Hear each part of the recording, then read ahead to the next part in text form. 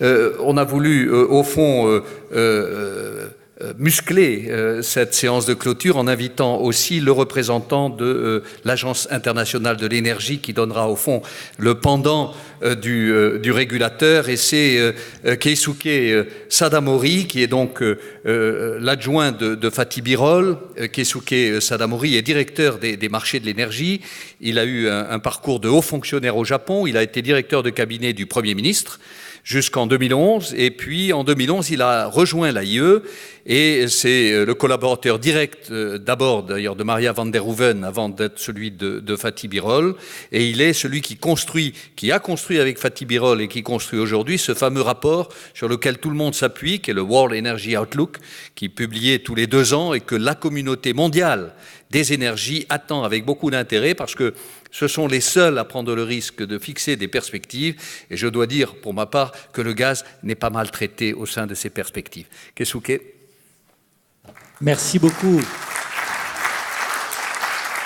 Merci beaucoup, et on peut préciser et compléter, cher Jérôme Ferrier, que dans son champ de compétences, notre invité, on peut dire d'honneur international, a aussi dans son champ de compétences, comme vous d'ailleurs, des enjeux de sécurité dans son portefeuille d'activité au sein à la tête de l'Agence internationale de l'énergie. Merci à lui pour ce cap à l'horizon 2040 pour l'énergie gaz.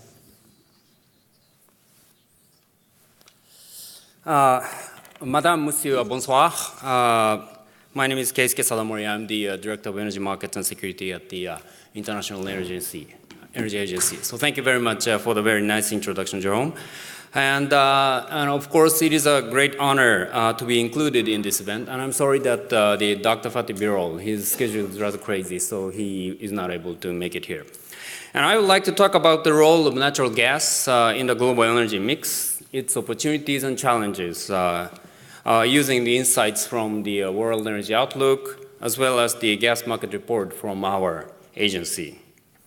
So starting from the long-term view, so over the last 25 years, the energy demand increased by almost 60%, mostly met by fossil fuels, as you can see.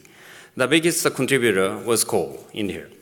Looking forward 25 years to 2040, the growth in demand slows to 30% thanks to the energy efficiency improvements. And the coal falls to the back of the pack. Contribution from oil will also decline. The only element of continuity comes from the natural gas. But of course, the clear winner are the low-carbon technologies, supplying nearly half of the increase in the energy demand toward the 2040, and the vast majority will come from the renewable sources in various regions. Natural gas is and will be a key contributor to the global energy systems, with a 50% growth in consumption by 2040. The role of natural gas in the global energy mix is largely benefiting from the shale gas revolution in the United States. What we see now is that we are on the verge of another the gas revolution, this time driven by the LNG, that will reshape the gas markets for decades to come, and also change the gas security equation. But this anticipated rise will not be plain sailing for gas, which faces strong competition from the cheaper coal in some markets, and also being squeezed by the growing renewables in other markets. So in our gas market report 2017, a medium-term forecast toward the 2022, it is expected to be the industry sector that leads the demand growth in the coming 6 years instead of the power generation. And how gas fares will be determined in the coming years by the major set of changes in how the gas markets operate internationally. Gas Market Report 2017 shows not only the changes in the demanding sectors, but also the changes in the face of importing countries. So China and India and other developing countries will import more than half of all LNG, global LNG, by 2022. The number of importing countries has increased from 15 in 2050 to 39 now, and will increase to around 45 by 2022.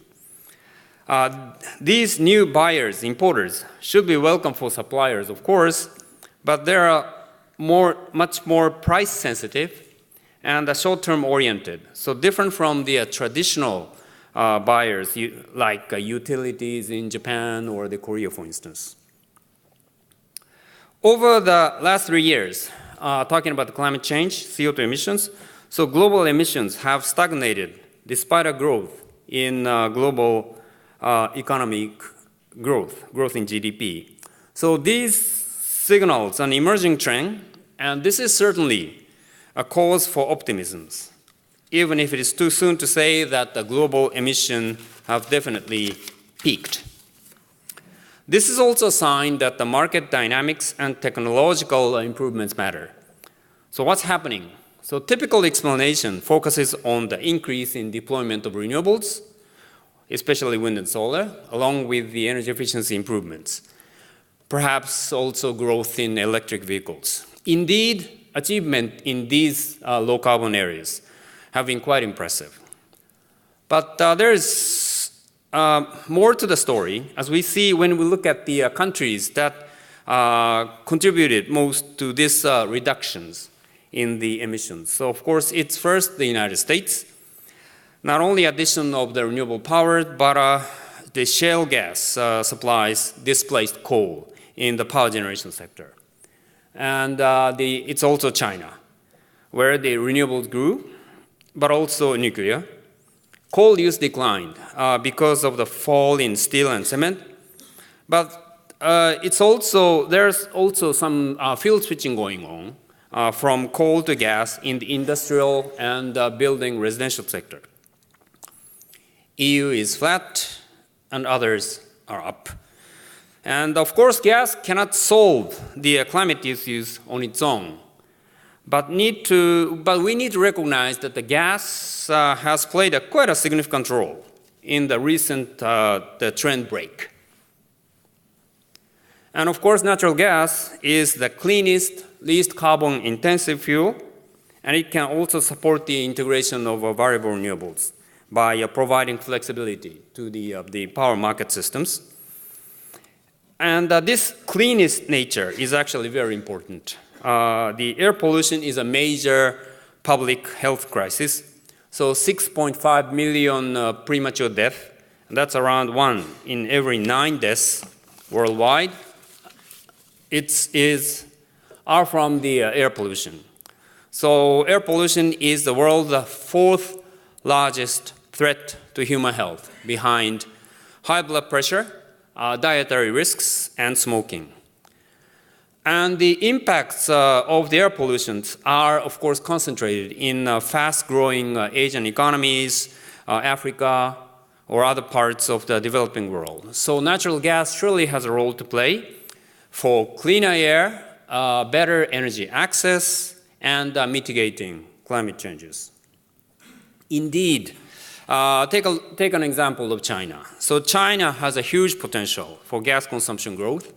And comparing the last 25 years with the next 25 years, focusing end uses, more particularly on transition in China's industrial energy use, we can confirm such potential. Since 1990, the energy-intensive industry has been the single most important source of growth in the total final consumption, especially steel, cement, and they supported the unprecedented buildup of the massive infrastructures. This is finally changing. So we still see continued growth in chemicals and aluminum, but steel, cement are both set to decline. And in 2040, the energy-intensive industry sectors use less energy than today, and lighter industrial sectors grow fastest. In the past, the rise in Chinese industrial activity has always been positive for coal, but that is no longer the case. So by 2030, electricity overtakes coal to be the main source of energy for the Chinese industry. And the largest contribution to gas growth in China comes not from the power generation sector, but from the industry sector.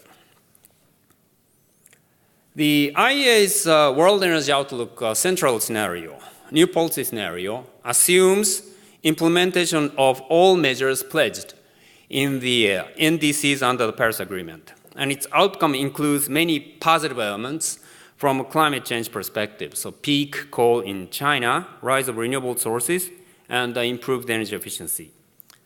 Net impacts is to slow the rise of emissions, but not strong enough to achieve an emission peak. So 2-degree path would need much stronger policy interventions toward the decarbonization. And in the longer term, the net zero emission needs to be achieved to stay on track to achieve the 2-degree path. So what would that mean for the various fossil fuels? Of course, it is unsurprising that the oil, red line, and coal, brown line, will be affected, hit harder. In some markets and sectors, natural gas becomes a very important instrument for the decarbonization. Natural gas vehicles, the maritime transport, and industry where the renewables cannot deliver high temperature heat. There are some countries where the natural gas is expected to play a very large role in decarbonization. So for instance, in India, the natural gas consumption in the 2-degree scenario is actually higher than the main new policy scenario. But having said so, we cannot afford to the conclusion that the gas is, we cannot avoid the conclusion that the gas is too carbon intensive to see continuous growth in the really decarbonizing world. So let me show the example of the European the outlook.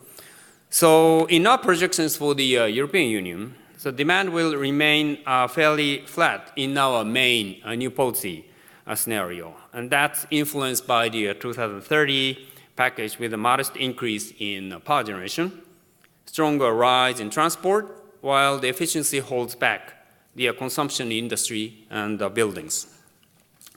But in the 2-degree scenario, the picture of modest growth turns into the modest decline, with an inflection point in the mid-2020s as we reach a point where the gas becomes the high carbon fuel. So gas use in the power generation will be hit hard in the latter part of the projection period as the power sector moves toward the complete decarbonization, and that's more than half of the reduction is coming from the power generation. So all in all, let me give you a brief introduction to what is coming in the next World Energy Outlook. And the IEA's World Energy Outlook team is in the final stage of the production of the 2017 version, with natural gas as the focus fuel. So I just want to highlight, before concluding, a few of the major themes of this analysis. So first, the projections, so competitive landscape, many of the issues that I just talked about. Also, the thinking through the implication of an upswing in the US shale. So resource estimates high and rising gives a significant upside even before our previous projections. And also the regulatory changes also likely to be broadly favorable for the supply. And so we will try to work through the implication of that. Third, impact of the LNG revolution on gas pricing and contracting structures, and the investment in new infrastructures. So there is a discussion in many countries and in many financing institutions about the need for the large long-term new gas infrastructure. Core benefits and the challenges. So we've spoken already about the upside element of gas, but looking in detail this year also at the risk of the methane emissions along the value chain. And finally, the supply technologies and costs. How easily and cheaply can suppliers bring gas to the consumers? And might there also be innovative sources of gas or uses of gas infrastructures that will affect the outlook? So all this will be coming out, launched on the 14th of November, so I would like you to look forward to that. So with that, thank you very much for your attention. That's it from me. Thank you very much.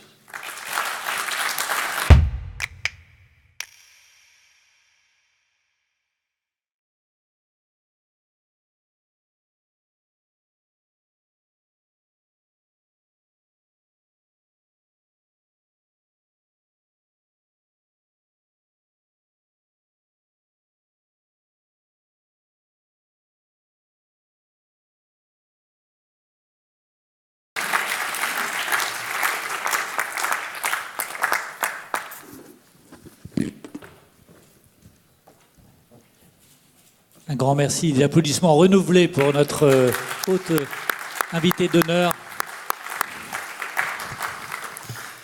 Voilà, le moment est venu, c'est la clôture de la clôture. Et le moment, un des moments agréables, parce que c'est le moment des remerciements. D'abord, remerciements auprès de nos deux derniers intervenants, parce que au milieu d'un calendrier particulièrement chargé, en cette mi-septembre, ils ont arbitré pour être ce soir avec nous, ici. Et croyez bien, nous y sommes très sensibles. C'est un signe à l'égard du gaz naturel. Merci au président Karenko. Merci à Sadamori-san.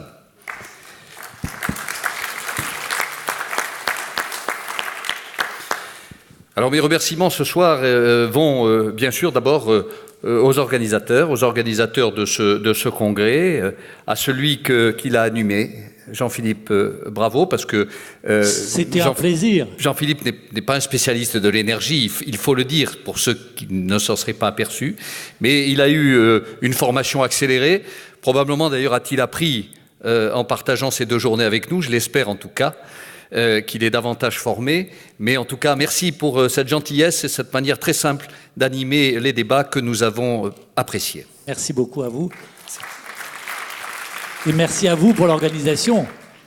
Merci aux traducteurs, aux traductrices en l'occurrence, qu'on ne voit pas mais qu'on entend et qui sont absolument indispensables à la tenue d'un congrès comme celui-là, si on veut effectivement l'ouvrir à quelques internationaux, et ça a été le cas. Merci de ces 2 journées de traduction.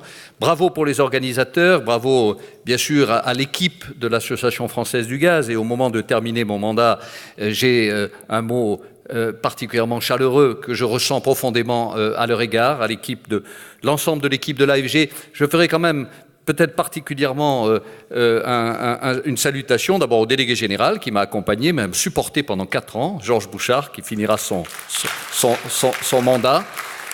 Thierry Chapuis reprend derrière le bâton, comme disent les anglo-saxons, et ça sera certainement une réussite. Bravo, bienvenue Thierry. Et puis ceux qui ont particulièrement accompagné, parce qu'ils ont été vraiment sur ces 4 ans de mandat pierre angulaire, je les ai beaucoup sollicités. Et c'est l'équipe des relations publiques, Madeleine Lafont, Julien Miraut.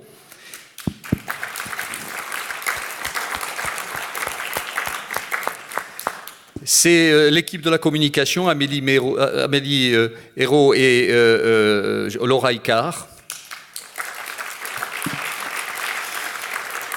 Et puis une assistante, Annie-Louise, je ne sais pas si elle est dans la salle, mais que j'ai partagée avec Georges et qui elle-même partageait sa tâche avec mon assistante chez Total. C'est une tâche particulièrement difficile. Vous savez, quand on partage ce genre d'assistanat, il faut faire vraiment beaucoup d'efforts. Ils ont été essentiels, non seulement pendant les 4 ans de mandat à l'AFG, mais je les ai surchargés avec les 3 années de mandat comme président de l'Union internationale du gaz. Et ils ont été obligés de se démultiplier. Et je dois dire qu'ils ont été essentiels dans la réussite de cette présidence de l'Union internationale du gaz et de l'organisation du Congrès mondial au mois de juin 2015 à Paris. Merci. Enfin, merci à vous qui avez permis à ce congrès de se réaliser. Nous sommes 600, on m'a donné le décompte, 600 inscrits sur les 2 jours. C'est un joli congrès, 85 exposants. L'exposition est un élément fondamental de ce congrès. Elle se prolongera d'ailleurs demain. L'exposition est sur 3 jours, parce que c'est important pour les exposants aussi d'être dans la durée.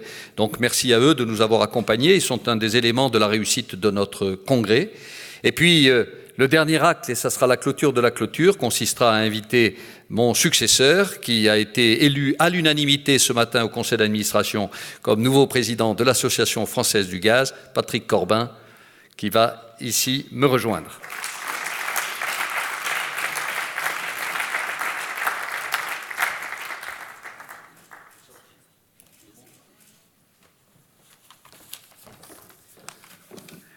Merci Jérôme, et je voudrais tout d'abord dire bravo Jérôme pour les 4 années que tu as passées à la tête de l'Association française du gaz, dont 2 avec je dirais une double présidence, une présidence de l'Association française du gaz et aussi la présidence de l'Union internationale de l'industrie du gaz, et avec la réussite du Congrès mondial du gaz qui a eu lieu en juin 2015, qui a été un vrai succès et dans un contexte plus que défavorable.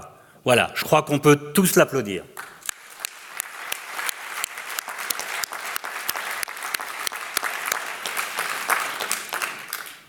Au cours de ces années, Jérôme l'a dit, un certain nombre d'actions ont été entreprises par l'AFG pour défendre l'industrie du gaz, promouvoir cette industrie sous toutes ses formes, je dirais, dans la transition énergétique.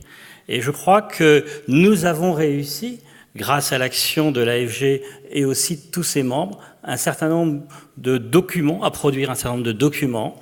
Et je voudrais parler du document que nous avons produit pour la loi de transition énergétique. C'était il y a à peu près 2 ans, avec 13 propositions très concrètes pour l'industrie. Le livre blanc de septembre 2016, que nous avons également produit juste avant, que l'AFG a produit juste avant les élections. Et on a eu je ne dis pas la surprise, mais la joie de voir que certaines de ces propositions étaient reprises dans les livres blancs du nouveau gouvernement, et nous en sommes ravis.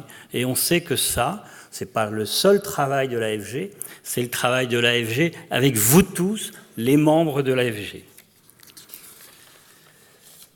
Si beaucoup a été fait, et le président Carinco disait que l'avenir était assez ouvert, j'employais un mot très positif, il y avait plusieurs voix, je pense que rien n'est acquis cependant, et que l'AFG a besoin de tous ses membres, et que c'est une belle maison, une grande maison, et dans laquelle il fait bon vivre, je puis vous le dire. Moi, j'y suis auprès de Jérôme depuis quelques années, et vraiment vos contributions sont attendues pour qu'on puisse encore avoir des contributions plus efficaces, plus pertinentes vis-à-vis de toutes nos parties prenantes. Et vous le savez, pour le plan climat, il a été décidé de constituer une task force qui doit d'ailleurs remettre ses propositions assez vite maintenant, puisqu'il faut qu'on les remette en décembre. On a eu une première réunion. Toutes les bonnes volontés sont les bienvenues pour qu'on contribue tous ensemble à faire des propositions concrètes.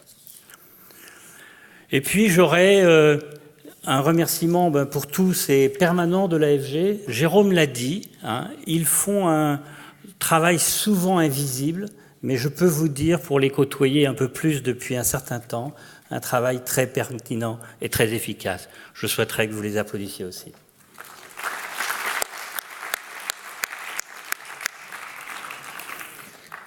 J'aurais un dernier remerciement qui m'est un peu personnel, à une personne qui n'est pas là ce soir, que beaucoup connaissent, qui est une très grande gazière et qui m'a toujours soutenu pour cette prise de responsabilité, parce que vous devez vous douter que cette décision de responsabilité à l'AFG n'a pas été prise ce matin à 8 heures. Elle s'est préparée de longue date et certains l'auront peut-être reconnue. Il s'agit de Sandra. Merci Sandra. Je vous dis donc à tous, à bientôt à l'AFG pour participer à nos travaux et vous verrez, tous ensemble, on sera plus forts. Merci.